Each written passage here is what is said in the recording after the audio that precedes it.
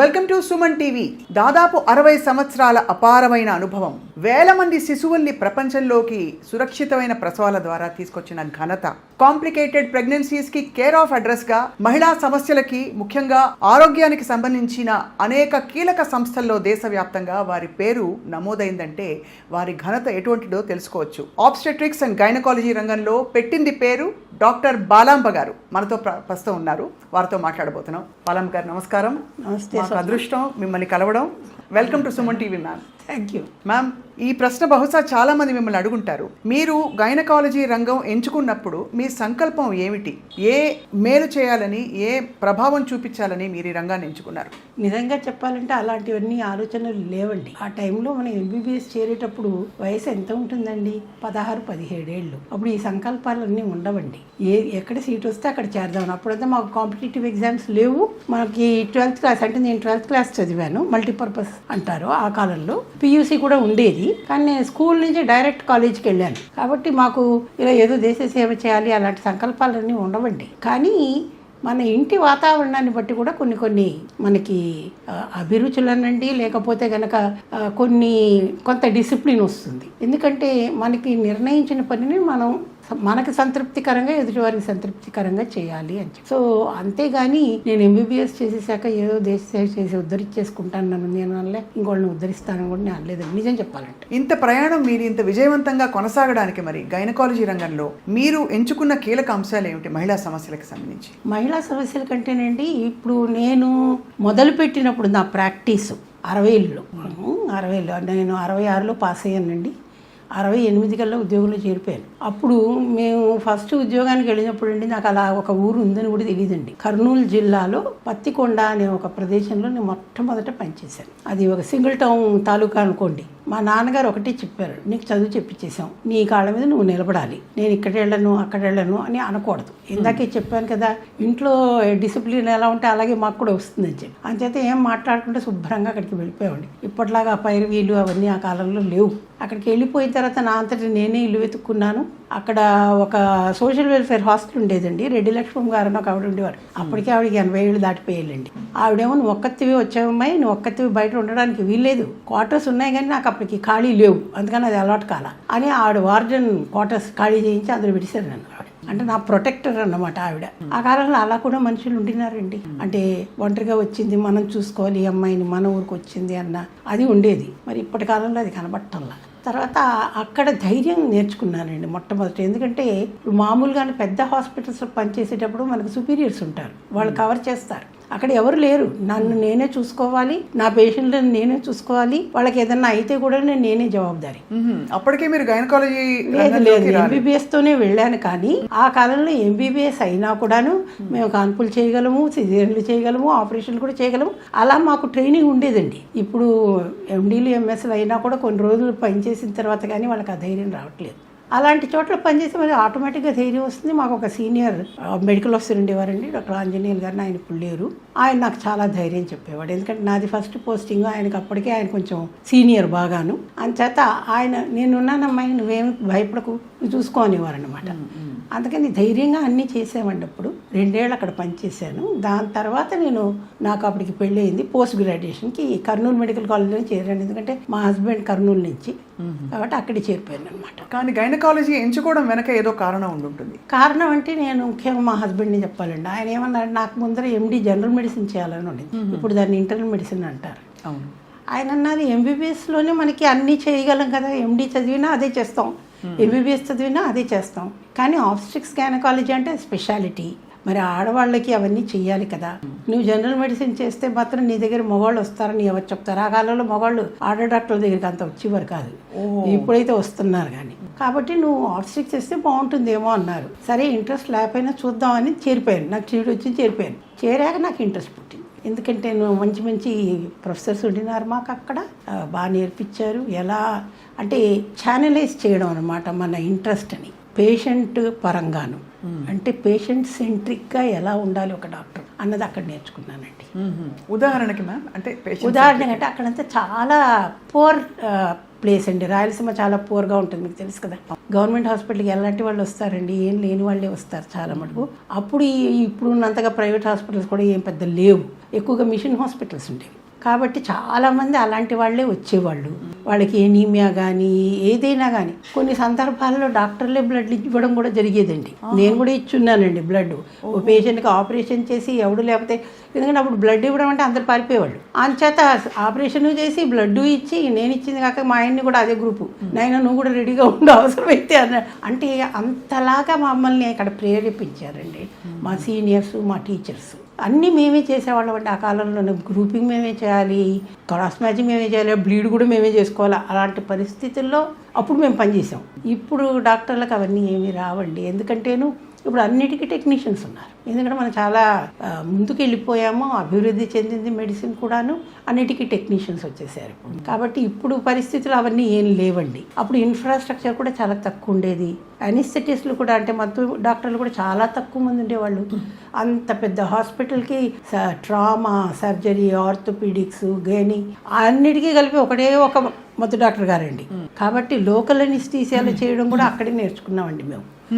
కాబట్టి అంటే మనం క్లిష్ట పరిస్థితుల్లో పనిచేస్తే ఆటోమేటిక్గా మనం నేర్చుకోగలమండి, ఎలా మేనేజ్ చేయాలి, పేషెంట్కి ఏమీ కాకుండా ఎలా కాపాడాలి అన్నది అనమాట. అక్కడి నుంచి నా ప్రయాణం మొదలైందండి. తర్వాత అక్కడే కొన్ని రోజులు పనిచేశాను. అప్పుడు తర్వాత ఎండీ చేయాలి అని, నేను ఉస్మానియా మెడికల్ కాలేజ్ స్టూడెంట్ కాబట్టి అప్పటికి 6 పాయింట్ ఫార్ములా ఒకటి వచ్చేసిందండి. అక్కడ చదివితే అక్కడికి పోవాలా, ఆ లోకల్ రీజన్లోనే మనకి సీట్లు వస్తాయన్నమాట. హైదరాబాద్లో వచ్చేసి ఎండీ చేసుకుని మళ్ళీ అప్పుడు మా హస్బెండ్ ఇంకా కర్నూలు మెడికల్ కాలేజ్లోనే పనిచేస్తున్నారు. అక్కడికి మళ్ళీ అసిస్టెంట్ ప్రొఫెసర్గా వెళ్ళిపోయానండి. ఎంత గొప్పగా ఉంది మ్యామ్. అంటే మీరు రక్తం ఇవ్వడం అంటే ఎంత పేషెంట్ని ఓనప్ చేసుకుంటే మీరు. నేనే కాదండి, ఆ కాలంలో చాలా మంది డాక్టర్లు చేసేవాళ్ళండి ఆ పని. అంచేత నేనేదో చాలా గొప్పగా చేశాను నేను చెప్పనండి. ఎందుకంటే ఇప్పటికీ కూడాను మీరు ఆశ్చర్యపోతారండి. మన గవర్నమెంట్ హాస్పిటల్తో కొన్నిసార్లు మెడికల్ స్టూడెంట్స్ బ్లడ్ ఇస్తారండి. పేషెంట్ వాళ్ళకి ఎవరు లేకపోతే చాలా బ్లడ్ కావాలంటే, ముఖ్యంగా కార్డియాలజీ అలాంటి చోట్లలో, లేకపోతే ట్రామా కేసెస్లోను. కానీ అవన్నీ మేము అడ్వర్టైజ్ చేయం కదండి.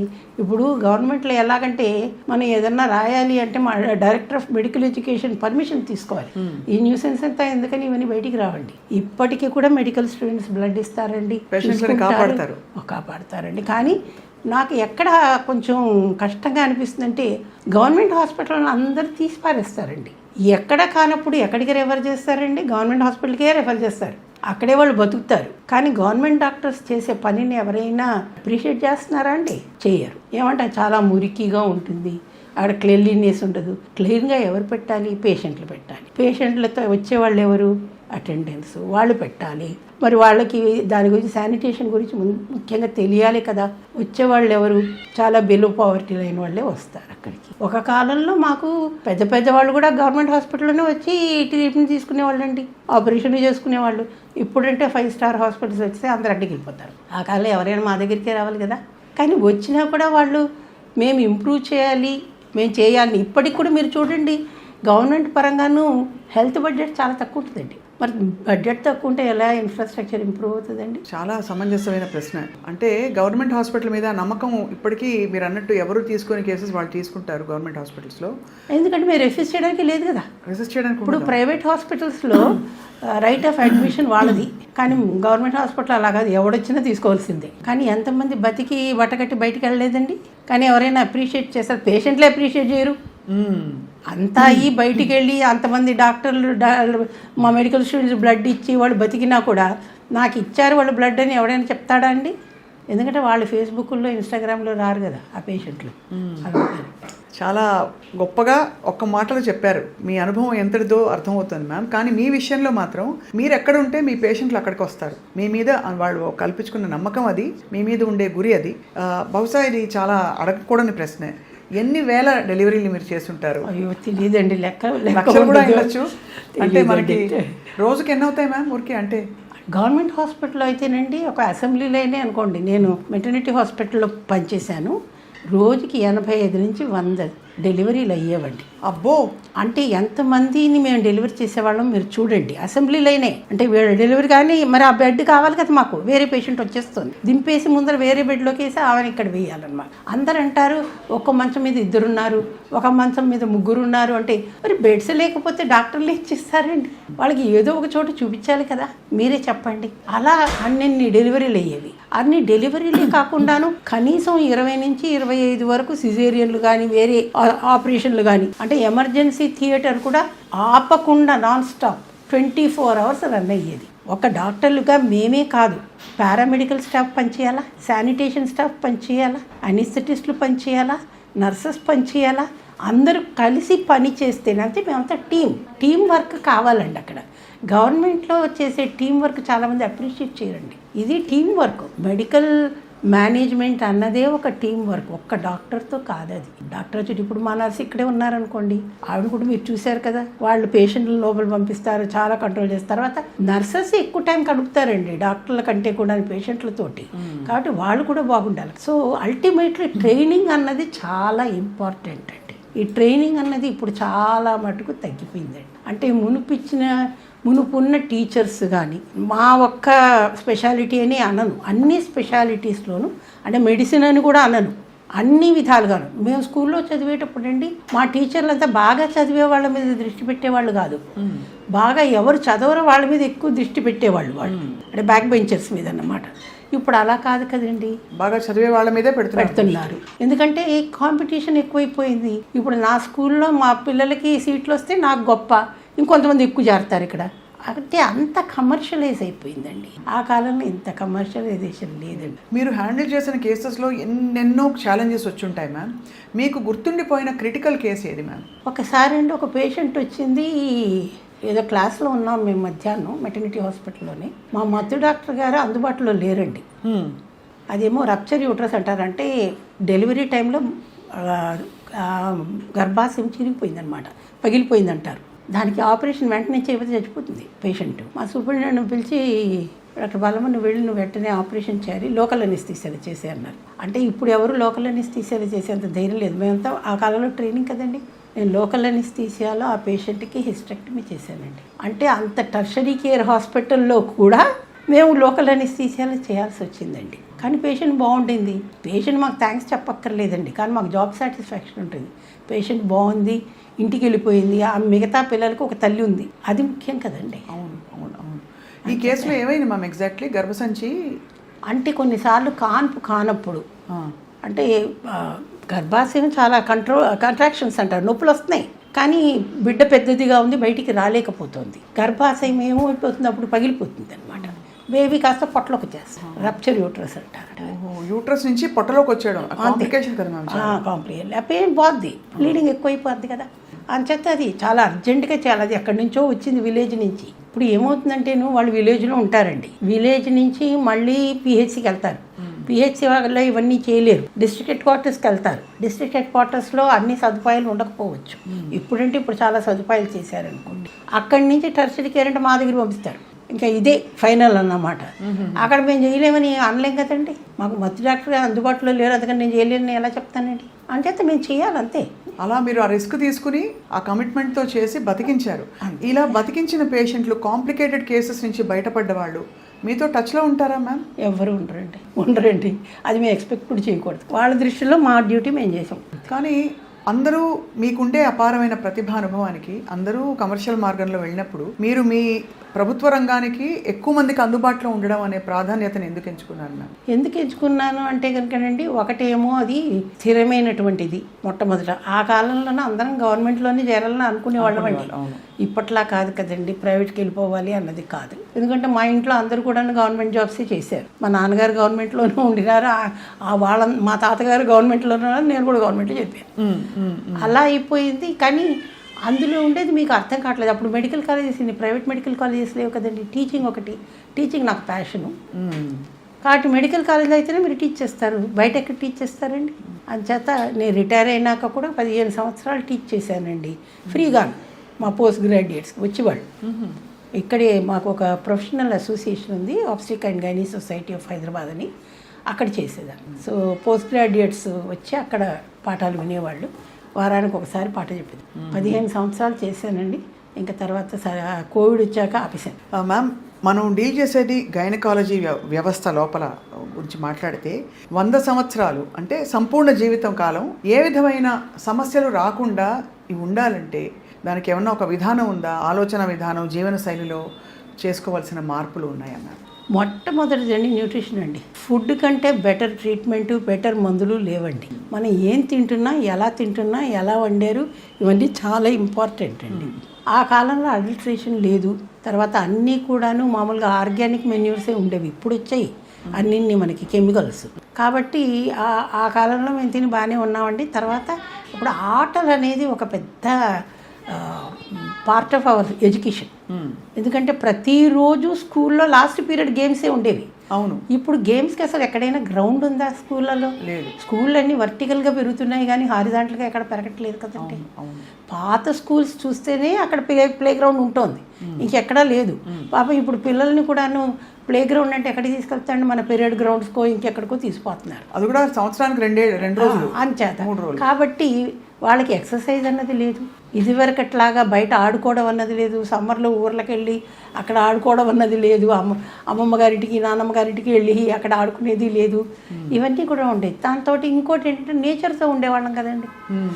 అక్కడ విలేజెస్కి వెళ్తే ఎక్కడ ఉంటామండి? నేచర్తోనే ఉంటాం మనం. సో ఇవన్నీ ఇప్పుడు ఎక్కడ ఉన్నాయండి? ఏం లేవు. ఇప్పుడు నేచర్ కూడా ఒక పర్టికులర్గా ఒక రిసార్ట్కి వెళ్ళినట్టే వెళ్తున్నారు మనుషులు. ఎందుకంటే అది కూడా కమర్షియలైజ్ అయిపోయింది కదండి. వెళ్ళడానికి గాలి కొనుక్కోవాలి, నీళ్లు కొనుక్కోవాలి. హోమ్ స్టేలు ఎందుకు వచ్చాయండి? దీని గురించే వచ్చాయి హోమ్ స్టేలు. ఇప్పుడు హోమ్ స్టేకి మళ్ళీ ఎందుకు వెళ్తున్నారండి? సో ఇవన్నీ దాంతో ఆరోగ్యం ఉండేదండి. So nothing like food ready. So ఇంట్లో ప్రిపేర్ చేసినంత మేలు ఇంకోటి ఉండదు. Home cooked food that is the best thing. అందులో ఏమన్నా ఒక 4-5 పదార్థాలు మహిళలకి మస్ట్ అని చెప్పేవి ఈ సంపూర్ణ ఆరోగ్యంతో. ఆకుకూరలు, పప్పు దినుసులు. రోజు గుడ్డు తినాలని లేదండి, రోజు మీట్ తినాలని లేదండి. ఎందుకంటే మన దేశంలో సో కాల్డ్ నాన్ వెజిటేరియన్స్ కూడా వారానికి ఒకసారి తింటారు యావరేజ్గా చూస్తే, ఎవరో కొంతమంది తప్పిస్తేను. కాబట్టి పప్పు దినుసులు ఉండాలి. అప్పుడు కూడా రోజు ఒకే పప్పు ఉండేది కాదు కదండి. ఒక రోజు పెసరపప్పు అయితే, ఓ రోజు మినపప్పు, ఓ రోజు కందిపప్పు, ఇలా ఉండేవి. ఇప్పుడు అలా కాదు కదా, ఏదో ఒకటే. అలా కాకుండా రకరకాల లెంటిల్స్ కదండి ఇవన్నీ. లెంటిల్స్ అన్నీ మనం మిక్స్ చేసి తింటే ప్రోటీన్స్ బాగా వస్తాయి. ఆడుకునేవాళ్ళు కాబట్టి కండరాలు డెవలప్ అవుతాయి. ఇవన్నీ కూడా చాలా ముఖ్యం. తర్వాత అఫ్కోర్స్ వ్యాక్సినేషన్ చాలా ఇంపార్టెంట్. ఇప్పుడైతే చాలా వచ్చాయి ప్రివెంటివ్ వ్యాక్సినేషన్స్. హెచ్పివి ఒకటి అంటే మహిళలకి అంటే హెచ్పివి తర్వాత పెరిగాక కదండి. ఇది ముందర నుంచే, పుట్టినప్పటి నుంచి కూడా ఇవ్వాలి కదా. పోలియో కానీ, డిపిటీ కానీ, అన్నీ కానీ. మగపిల్లలకి ఎందుకు ఇవ్వాలండి? ఆడపిల్లలు కూడా ఇవ్వాల్సిందే కదా. ఇప్పుడు అందరికీ ఇస్తున్నాం కదా. అలా వీళ్ళకి కూడా ఇస్తారు. 9 నుంచి 15 ఏళ్ల మధ్యలో మనకి 2 వ్యాక్సిన్ ఉన్నాయండి, క్యాన్సర్ ప్రివెంటివ్ వ్యాక్సిన్స్. మనం ఎక్కువ హెచ్పివి గురించి మాట్లాడుతున్నాం కానీ హెపటైటిస్ బి వ్యాక్సిన్ కూడా మాట్లాడాలండి. లివర్ క్యాన్సర్ రాకుండా దానికి మనకి వ్యాక్సిన్ ఉంది కదా, అది కూడా వేసుకోవాలి. మహిళల్లో లివర్ క్యాన్సర్ తరచూ వస్తుంటుందా? తరచూ రాకపోవచ్చు కానీ రాకుండా ఆపడానికి ఉన్నప్పుడు ఎందుకు వేసుకోకూడదండి? ఎందుకంటే హెపటైటిస్ బి అన్నది కూడాను సెక్షువల్గా సంక్రమించేదే కదండి. అంచేత హెచ్సివికి మళ్ళీ లేదు వ్యాక్సిన్, ఏం చేయలేము. కాబట్టి తర్వాత ముందు ఇంకోటి ఏంటంటే మరీ టీనేజ్లో పెళ్ళిళ్ళు చేయకూడదు. టీనేజ్ ప్రెగ్నెన్సీస్ ఆ కాలంలో మేము చూసినట్టు ఇప్పుడు చూడటం లేదు, అందరూ కొంచెం పెద్దవాళ్ళు అయ్యాకే. కానీ ఇప్పుడు వచ్చిన సమస్య ఏంటంటే మరీ లేట్ మ్యారేజెస్, లేట్ ప్రెగ్నెన్సీస్. కాబట్టి అప్పటికే వాళ్ళకి కొన్ని జబ్బులు వచ్చేస్తున్నాయి, షుగర్లు వచ్చేస్తున్నాయి, బీపీ వచ్చేస్తున్నాయి. వాటన్నిటితో పాటు కొత్తగా వచ్చినవి ఏంటంటే ఆటో ఇమ్యూన్ డిసీజెస్ అండి, ఎస్ఎల్ఈలు, రూమటాయిడ్ ఆర్థరైటిస్లు. వీటన్నిటితో వాళ్ళు ప్రెగ్నెంట్ అవ్వాలంటే అప్పుడు మరి అసిస్టెడ్ రిప్రొడక్టివ్ టెక్నిక్స్ లేవు, ఇప్పుడు అవి వచ్చాయి. ఐవీఎఫ్ అనే కదా, ఇంకా చాలా ఉన్నాయి టెక్నిక్స్. సో అసిస్టెడ్ రిప్రొడక్టివ్ టెక్నిక్స్లో ఏమవుతుంది, దాని ప్రాబ్లమ్స్ దానికి ఉన్నాయి. 100% మనం ఎక్స్పెక్ట్ చేయలేము, అంతే కదా మ్యామ్. కాబట్టి అవన్నీ కూడా మేము ఇప్పుడు మేనేజ్ చేయాల్సి వస్తుంది. కాబట్టి ఇవన్నీ తెలుసుకోవాలంటే ఇది వెల్ బేబీ క్లినిక్ లాగా ఆడపిల్లలకి కూడాను కనీసం సంవత్సరానికి ఒకసారి గైనకాలజిస్ట్ దగ్గర తీసుకెళ్ళి వాళ్ళకి చూపించాలి. ఇంకొక ముఖ్యమైన సమస్య ఆడపిల్లల్లో ఏంటంటే పుట్టినప్పటి నుంచి పోయేదాకా కూడాను రక్తహీనత, ఎనిమియా. మనం ఇంత డెవలప్ అయ్యాం కానీ ఎనిమియాని మాత్రం తరవలేకపోతున్నాం అండి. ఈ మధ్య తరచూ 5.5, 6 ఇలా పడిపోయిన వాళ్ళు 35-40 సంవత్సరాల్లో ఉన్న వాళ్ళని చూస్తున్నాం. అవును, కానీ అలా ఎందుకు రావాలి? ఎందుకంటే వాళ్ళకి సమస్యలు ఉంటే అడటం లేదు. ఇంకో అపోహ ఏంటంటే మిడిల్ ఏజ్ అని అనకూడదు అసలు. ఇప్పుడు మిడిల్ ఏజ్ అంటే WHO ప్రకారం 45 ఏళ్ళ నుంచి 65 ఏళ్ళ వరకు. కానీ ఇప్పుడు అలా వాళ్ళని మిడిల్ ఏజ్ అని అంటలేదు కదండి, మనం ముసలాళ్ళు అయిపోయారు అంటున్నాను 45 వాళ్ళు ముసలాళ్ళు కాదండి. అప్పుడు ఎక్కువ బ్లీడింగ్ అవుతున్నప్పుడు పీరియడ్స్ అప్పుడు వాళ్ళు ఏమంటారు మెనపాజ్ వచ్చేసింది అనుకుంటున్నారు. అది మెనపాజ్ కాదండి. మెనపాజ్ అంటే ఏంటి, 12 నెలలు పీరియడ్స్ అసలు రాకూడదు. కానీ అప్పుడు బ్లీడింగ్ అవుతున్నా ఇది ఇలాగే అవుతుందమ్మా అని ఇంట్లో. ఇంకో ముఖ్యమైనటువంటి సమస్య మాకు ఏంటంటేను, పేషెంట్లు పక్కింటి వాళ్ళని నమ్ముతారు, వాళ్ళు చెప్పింది నమ్ముతారు, కానీ డాక్టర్ చెప్పింది నమ్మరు. డాక్టర్ చెప్పిన సలహా తీసుకోరు. మరి ఇది తర్వాత ఇప్పుడు మనకి కొత్తగా ఒక వాట్సాప్ యూనివర్సిటీ వచ్చింది. అందులో ఏది ఉంటే అది అందరి చేతుల్లో ఫోన్లు ఉన్నాయి కదండి, అందరి చేతితో స్మార్ట్ ఫోన్స్ ఉన్నాయి. అందులో ఏదొస్తే అదే నమ్ముతున్నారు, కానీ డాక్టర్ చెప్పింది ఎవరు నమ్మట్లేదు కదా. ఇంక ఇవన్నీ చాలదని చాట్ జీపీటీ ఏఐ అన్నీ వచ్చేసినాయి, వాళ్ళు కూడా అడిగేసుకుంటున్నారు. కానీ అందులో అల్గోరిథమ్స్ పెట్టేది ఎవరండి, మనిషి బ్రెయినే కదా. మనిషి బ్రెయినే మిడిమిడి జ్ఞానంతో ఉన్న వీడియోలు కూడా అందులో ఫ్యాక్టర్ అవుతాయి. బాగా టైం ఉన్నవాళ్ళు, బాగా పని ఉన్నవాళ్ళు టైం ఉండదు, పెట్టరు. టైం లేని వాళ్ళు అందులో పెడతారు. ఇప్పుడు మీకు వాట్సాప్లో ఇవన్నీ పెట్టాలంటే కూడా టైం కావాలి కదండి. బిజీగా ఉన్న ప్రొఫెషనల్స్కి టైం ఎక్కడ ఉంటుందండి ఇవన్నీ పెట్టడానికి, కాబట్టి వాళ్ళు పెట్టరు. అంతే కదా మ్యామ్. కాబట్టి మీకు ఫ్యాక్స్ రావు. కాబట్టి రక్తహీనతకి మనకు ఆకుకూరలు, మీరు చెప్పినట్టు పప్పు దినుసులు ఆకుకూరలు రెగ్యులర్గా ఉండాలండి భోజనాల్లో. చాలా పెద్ద సమస్య అది. అది ఎవరు భోజనం గురించి అసలు ఎవరు ఆలోచన చేయట్లేదు కదండి. ఇంట్లో ఎవరు తింటున్నారండి, ఇప్పుడు వీకెండ్ అయితే బయట తింటున్నారు. అక్కడ పెద్ద క్యూలు ఉన్నా అక్కడే పోయి తినాలా, వెయిటింగ్ అన్నా పర్వాలేదు, ఏం చేద్దాం. మ్యామ్, మీ హెల్త్ కేర్ విషయంలో మీరు క్రమంగా పాటించిన ఒక సూత్రం, మీ బుట్ట చూశాను, చాలా ముచ్చటేసింది చూసి. అసలు బుట్టలో భోజనం తీసుకుని రావడం ఇప్పటికీ నేనే వంట చేసుకుంటానండి. పొద్దునే వంట చేసుకుని నేను డబ్బా కట్టుకొని వస్తున్నాను. 1:30కి నేను టైమింగ్స్ అండి, 9 o'clock breakfast, 1:30 lunch, 8 o'clock dinner. మధ్యలో ఏం ఉండదు, ఎప్పుడో ఒకసారి టీ ఉంటుంది అంతే. పొద్దున్న లేవగానే కాఫీ ఉంటుంది రండి. భోజనంలో మీరు చెప్పినట్టే బ్యాలెన్స్డ్ మీల్ తీసుకుంటారు, అన్నీ ఉంటాయి, అన్నీ తింటారు. అందులో నేను వెజిటేరియన్ కాబట్టి ఇంకా చాలా జాగ్రత్తగా బోల్డ్ వెజిటబుల్స్ తింటాను. బోల్డ్ వెజిటబుల్స్ చాలా ఎంత బాగుందో వినడానికి. మ్యామ్, ఫైనలీ మ్యామ్, 1-2 ప్రశ్నలు మాత్రమే మిగిలాయి. ఈ మధ్యకాలంలో అందరూ ఇదిగో ఇప్పటికి కూడా న్యూస్ పేపర్లో కట్టిస్తారు, ఇది ఒక సిగ్గుచేటు. శానిటరీ ప్యాడ్స్ గురించి మాట్లాడుతున్నారు. అవును, ఇదిగో ఈ శానిటరీ ప్యాడ్స్ తీసుకొచ్చాను, చాలా పాపులర్ బ్రాండ్ ప్యాడ్స్ ఇవి. వీటిలో కాటను, నైలాను, పాలియస్టరు, వీటి వల్ల కూడా మనకి క్యాన్సర్లు వస్తున్నాయని, థర్మోకోల్ కూడా ఉంటుందండి అని అంటున్నారు. థర్మోకోల్ కూడా ఉంటుంది. ఇది సేఫా కాదా అన్న ప్రశ్నకి చాలామంది ఒక సమాధానం కోసం ఎదురు చూస్తున్నారు. దీంట్లో ముఖ్యంగా అండి ప్లాస్టిక్ పెడతారండి. మీకు అందరికీ తెలుసు ప్లాస్టిక్ డిగ్రేడబుల్ కాదు, కాబట్టి మన ఎన్విరాన్మెంట్కి ప్రాబ్లం కదా. ఒక కాలంలో అందరూ క్లాతే వాడేవాళ్ళు, చాలా క్లీన్ క్లాత్. కానీ ఆ క్లాత్ వాడినప్పుడు కూడా క్లీన్గా ఉండాలి, అవి ఉతుక్కోవాలి, ఇవన్నీ చెయ్యాలి. ఇప్పుడు ఎవరికి ఆ మాత్రం టైం లేదు కదండి. అంచేది ఇప్పుడు మళ్ళీ మనం చక్కగాను ఒక పెద్ద సర్కిల్ లాగా అయిపోయి వెనక్కి వచ్చాం మనం. కాటన్ క్లాత్ ప్యాడ్స్ వస్తున్నాయి, మళ్ళీ కూడా వాడచ్చు వాష్ చేసి. అంటే మరీ ఎప్పటికీ అదే వాడలేం, కానీ రిపీటెడ్గా వాడచ్చు. ఒక కాలంలో ఏం చేసేవాళ్ళు, పాత చీరలు, మెత్తవి కాటన్ చీరలు, లేకపోతే పాత పంచులు ఉంటాయి చూడండి, అవే వాడేవాళ్ళు. దే ఆర్ మచ్ బెటర్ అండి. ఎందుకంటే డిగ్రేడ్ అయిపోతాయి కదండి, పడేస్తే కూడా. ఇప్పుడు అలా కాదు కదా. ఇప్పుడు మనకి మెన్స్ట్రువల్ కప్స్ వచ్చేయండి. అవును, కప్స్ అయినా కూడా ఏం పర్వాలేదండి, కానీ అవి కూడా ఎప్పటికీ ఒకేలాగా వాడకూడదండి మనం. కానీ ప్రాబ్లం ఎక్కడ వస్తుందంటే, మ్యారీడ్ వాళ్ళకి కప్స్ ఈజీ పెట్టుకోవడం, అన్మ్యారీడ్ వాళ్ళకి కొంచెం కష్టం. అది హైమోన్ బ్రేక్ అవుతుందా మ్యామ్? అవును, అవుతుంది. కొన్నిసార్లు బ్లీడింగ్ కూడా అవ్వచ్చు. అది ఫిట్ అవ్వాలి, వాళ్ళకి సరిపడా సైజు వాడాలి వాళ్ళు. చిన్నదా, మధ్య తరగతిదా, లేక పెద్దదా అన్నది ఇవి కూడా చూసుకోవాలి. అవి కూడా సేఫే. ట్యాంపన్స్ సేఫ్ కాదండి. ఎందుకంటేను ట్యాంపన్స్కి కొన్నిసార్లు తాడు ఉంటుందండి, లోపల పెడతారు, అది సోక్ అయిపోతుంది. సోక్ అయినప్పుడు లాగేసేదానికి ఆ తాడు ఉంటుంది. కొన్నిసార్లు మర్చిపోయారు అనుకోండి తీయడం ట్యాంపును, అది ఇన్ఫెక్ట్ అయిపోద్ది. బ్లడ్ చాలా మంచి మీడియం కదండి బ్యాక్టీరియాకి. బయటికి తెరుచుకునే టాక్సిక్ షాక్ సిండ్రోమ్ అంటారు దాన్ని. టాక్సిక్ షాక్ సిండ్రోమ్స్ దీంతో చాలా వచ్చాయండి. అందుకని ట్యాంపన్స్ మేము పెద్ద ఎంకరేజ్ చేయమండి. సో వీటిలో కూడా శానిటరీ ప్యాడ్స్లో 100% కాటన్ ప్యాడ్స్ వాడడం ఉత్తమం. భారతదేశం అంతా ఇప్పుడు అన్హెల్దీగా మారిపోయి ఇదివరకు లేనివన్నీ కొత్త పుట్టుకొచ్చేసాయి. మీరు కొంత ఆల్రెడీ చెప్పారు, ఆటలు లేవు, ఆహారం మారిపోయింది, ఇంట్లో వంటలు చేసుకోవట్లేదని చెప్పి.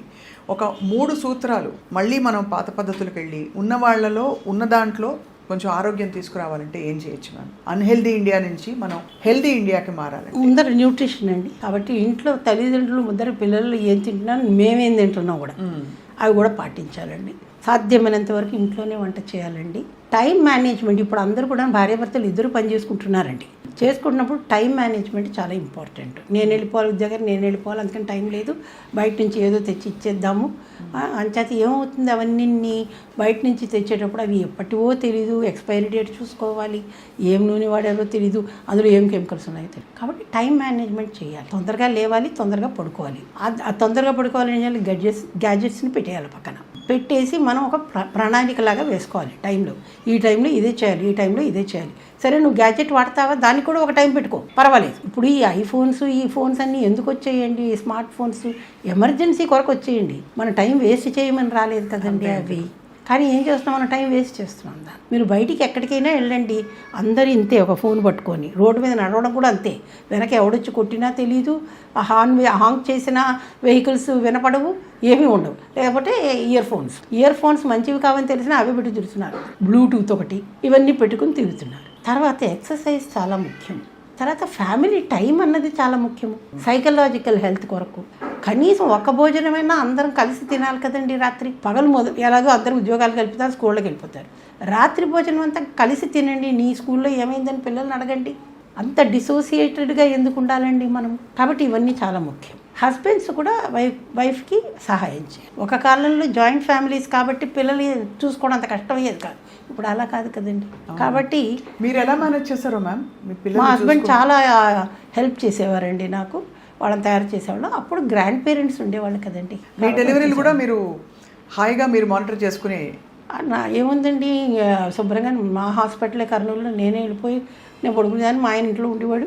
డెలివరీ అయిపోయేది, మర్నాడు వచ్చేసి ఇంటికి వచ్చేసేవాళ్ళం మేము. ఇప్పుడు అలా కాదు కదండి, అవన్నీ నార్మల్ డెలివరీ. ఇప్పుడు ప్రెగ్నెన్సీ ఒక డిసీజ్ అయిపోయింది. అదే వచ్చిన కష్టం అండి. అందరూ ప్రెగ్నెన్సీని డిసీజ్గా చేసేస్తున్నారు. ఆ పార్ట్ ఆఫ్ లైఫ్ అని ఎవరు అనుకోవట్లా. ఎందుకంటే మీరు రెస్ట్ తీసుకోవాలా, ఉద్యోగం మానేయాలా. ఇంకా ముఖ్యంగా మీరు చూస్తే కనుక సాఫ్ట్వేర్ వాళ్ళైతే వర్క్ ఫ్రమ్ హోమ్ అని ఒకటి రాసిస్తారా? నేను చస్తే రాయనండి, లెటర్ రాయను. ఎందుకంటే జబ్బు కాదు. మేము లాస్ట్ మినిట్ వరకు డెలివరీలు చేసాము, డ్యూటీలు నైట్ డ్యూటీ. అప్పుడు ఆ కాలంలో నైట్ డ్యూటీ అంటే ఇవాళ పొద్దున్న 8ంటికి వెళ్తే మర్నాడు సాయంకాలం 5 దాకా ఇంటికి వచ్చేవాళ్ళం కాదు. మరి ఇప్పుడు ఎవరు చేస్తారండి అలా? డ్యూటీలు లేవు కదా, 24 గంటలే. ఇప్పుడు ఈ 8 కూడా ఈ 9కి వెళ్తే మర్నాడు 9కి యూర్ ఆఫ్. అప్పుడు అలా కాదు కదండి. మరి అవన్నీ మేము మేనేజ్ చేసాం కదా. ఇప్పుడు ఎందుకు చేయలేకపోతున్నారు అంటే మనకి ఇంక్లినేషన్ లేదు, ముందర డైరెక్షన్ కూడా లేదు మ్యామ్. ఇప్పుడు మీలాంటి మెంటర్స్ ఇప్పుడు మీరు చెప్పితే కూడా వీళ్ళు పిచ్చోళ్ళు, they don't know work life balance అంటారండి. అంచేత అలా కూడా మేము ఏం చెప్పలేము వాళ్ళకి. అఫ్ కోర్స్ మ్యామ్, ఫైనల్లీ చాలా క్రూషియల్, బహుశా controversial question. Postponement of pregnancy, eggs freeze చేసుకోవడం సరైన పద్ధతిని మీరు ఒక చాలా ఇంత అనుభవం ఉన్న ఒక అవసరమైనప్పుడు చేసుకోవాలి. ముఖ్యంగా ఈ ఎగ్ ప్రిజర్వేషన్, ఫర్టిలిటీ ప్రిజర్వేషన్ అంటారండి. ఆడవాళ్ళకే కాదు, మగవాళ్ళకి కూడానండి. స్పర్మ్ బ్యాంక్స్ ఉన్నాయి. ఎందుకంటే వాళ్ళకి క్యాన్సర్ వచ్చింది అనుకోండి, చిన్నప్పుడు వచ్చే క్యాన్సర్లు చాలా ఉన్నాయండి. కీమోథెరపీ ఇచ్చినప్పుడు ఇవి డ్యామేజ్ కావచ్చు. కాబట్టి ఎగ్ ప్రిజర్వేషన్ అనేది వాళ్ళకి, స్పర్మ్ ప్రిజర్వేషన్ అనేది వాళ్ళకి వచ్చింది దానికండి. కానీ ఇప్పుడు ఏం చేస్తున్నారు అందరంటే, కెరీర్ పరంగాను మేము ఇప్పుడే పెళ్లి చేసుకోవట్లేదు, నెంబర్ 1. చేసుకున్నాం మేము ఇప్పుడే కనదలుచుకోలేదు కాబట్టి మేము ఎగ్ ప్రిజర్వ్ చేసుకుంటాము అంటే అది అంత నా ప్రకారం అండి, నా పర్సనల్ ఐడియా అండి.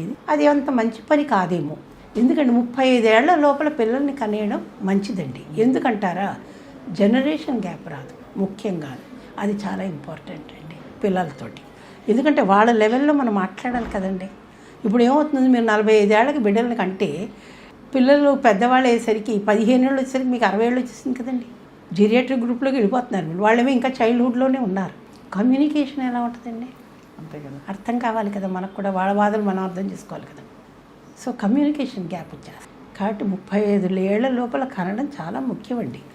అప్పుడు మేనేజ్ చేయగలిగాం, ఇప్పుడు ఎందుకు మేనేజ్ చేయలేరు అంటే, ఒక తరం తర్వాత మేము కూడా గ్రాండ్ పేరెంట్స్ మీద ఎప్పుడు డిపెండ్ కాలేదండి, మేము చూసుకున్నాం. దానికి హస్బెండ్ వైఫ్ ఇద్దరు కోఆపరేట్ చేస్తే తప్పకుండా మేనేజ్ చేయగలమండి. చెప్పాను కదా, టైం మేనేజ్మెంట్. ఇంక్లినేషన్ ఉంటే where there is a will there is a way. మీరు ఒక legend in health care ma'am, ఇది మనస్ఫూర్తిగా మేము చెప్తున్నాం. మీ మాటలు చాలామందికి చాలా హేతుబద్ధంగా సహేతుకంగా చేరతాయి. తప్పకుండా అందరూ వారి వారి జీవితాల్లో మార్పులు చేసుకుంటారు. ఎప్పటికప్పుడు మీరు అనుమతిస్తే మిమ్మల్ని పలకరించి మీ నుంచి కొన్ని విషయాలు తెలుసుకుంటూ ఉంటాం డాక్టర్ బాలమ్మ గారు. తప్పకుండా. మీకు సుమన్ టీవీ తరఫున నమస్కారాలు, కృతజ్ఞతలు. నమస్తే.